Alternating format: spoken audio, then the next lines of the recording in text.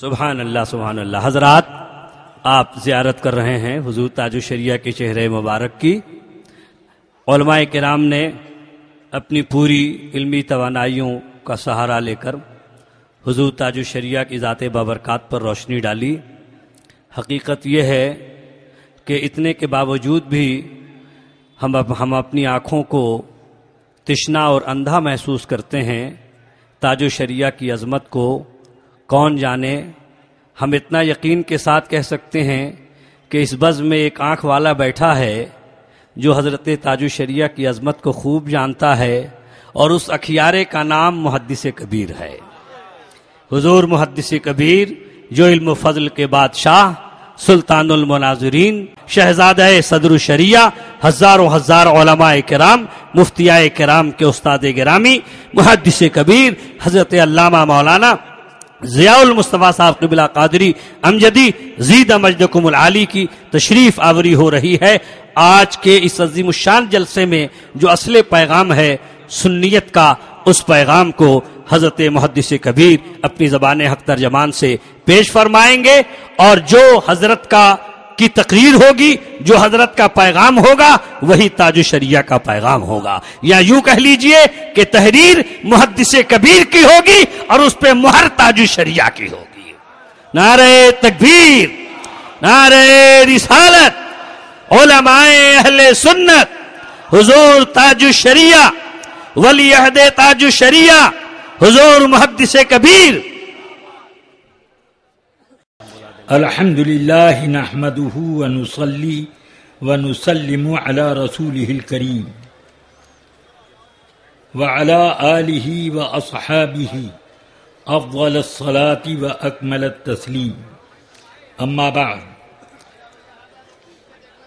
فاعوذ باللہ من الشیطان الرجیم، بسم اللہ الرحمن الرحیم، یا ایہا الذین آمنوا آمنوا باللہ ورسولہ، صدق اللہ العلی العظیم، وصدق رسولہ النبی الکریم، علیہ وعلی آلہ واصحابہ افضل الصلاة واکمل التسلیم۔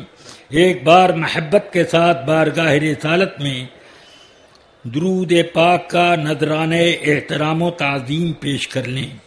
اللہم صلی علی سیدنا و مولانا محمد معدن الجود والکرم وعلی آلہ و اصحابہ وبارک وسلم۔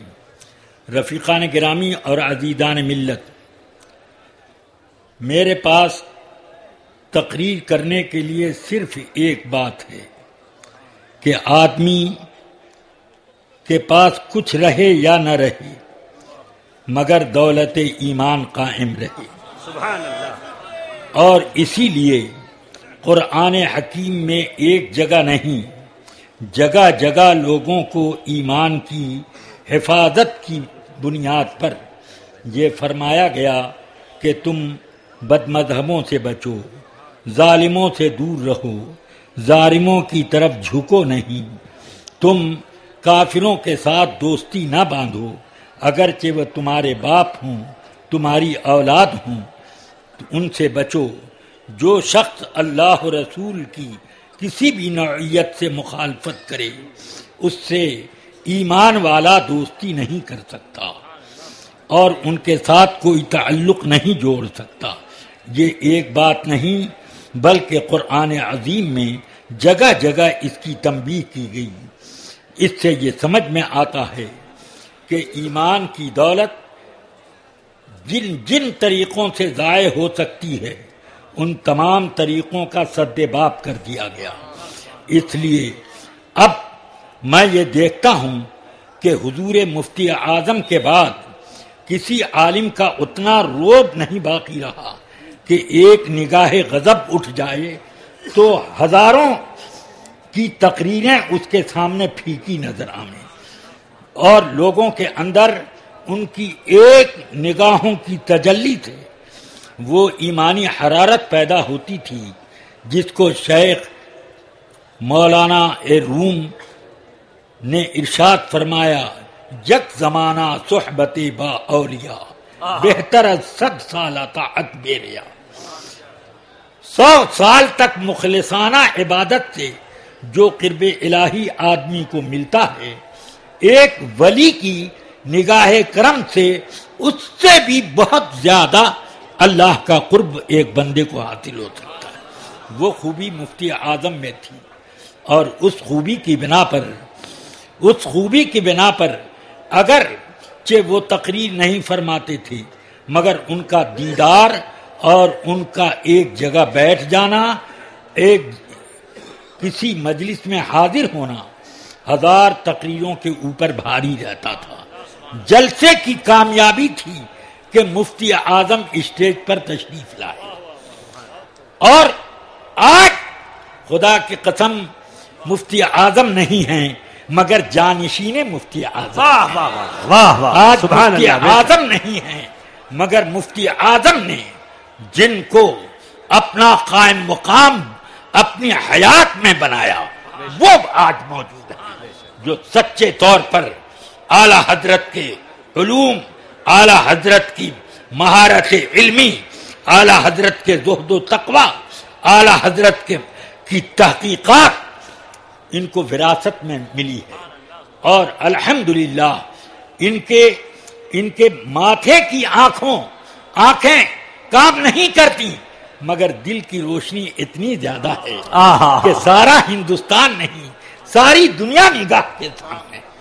اور آج ہم 2 آنکھیں روشن رکھتے ہوئے وہ کام نہیں کر پاتے جو الحمدللہ حضرت ایک دن میں کر لیتے ہیں، ہم سال بھر میں اتنا نہیں کر پاتے. یہ کیا بات ہے؟ بس یہ اعلی حضرت کا فیضان جاری ہے، فیضان ہے اعلی حضرت کا، مفتی اعظم کا بھی قلم ہے، اور ان کی برکتیں ہیں جو آج آپ کے سامنے. بیماریاں دائیں بائیں ہر طرح پر موجود، اور سب سے بڑی مجبوری آدمی کی بصارت کی کمی، مگر یہ ساری مجبوریاں حضرت کے سامنے مجبور ہو جاتی ہیں. اور حضرت اپنا فیضان علمی اور فیضان ولایت اس شان سے تقسیم کر رہے ہیں کہ ہم کیا وہ صحیح یہ کہیے کہ زبان خلق نقارے خدا، زبان خلق نقارے خدا.